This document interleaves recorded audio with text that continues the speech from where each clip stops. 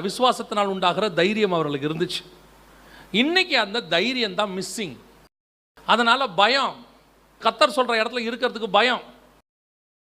எங்க போனாலும் உடனே இல்லை, இப்படி என்ன நடக்கும், எது நடக்கும். நான் உங்களுக்கு சொல்றேன், தேவன் சொல்ற இடத்துல ஊழியமோ, தேவன் சொல்ற இடத்துல ஒரு காரியத்தையோ நீங்கள் செய்யும்போது அந்த இடத்தில் நீங்கள் தைரியமாய் நிற்பீர்கள். ஏன் தெரியுமா? கர்த்தர் கூட உங்களுக்காக நிற்பார். சொன்னது கர்த்தர். தூக்கி யோசேப்பை சிறைச்சாலையில் வச்சாச்சு. ஆனால் யோசேப்புக்கு ஒரு விதமான பயமோ எதுவுமே இல்லை. அவனுக்கு ஒன்று மட்டும் தெரியுது, என்னை உள்ளே வச்சிருக்கிறாங்க, என் கூட என் தேவன் இருக்கிறார்.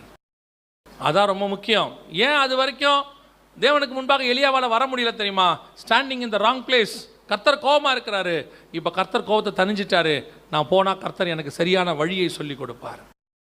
நீங்கள் தேவனுக்கு சத்தத்தை கேட்டு அவருக்கு முன்பாக நிற்கிறவர்களாய் மாறணும்.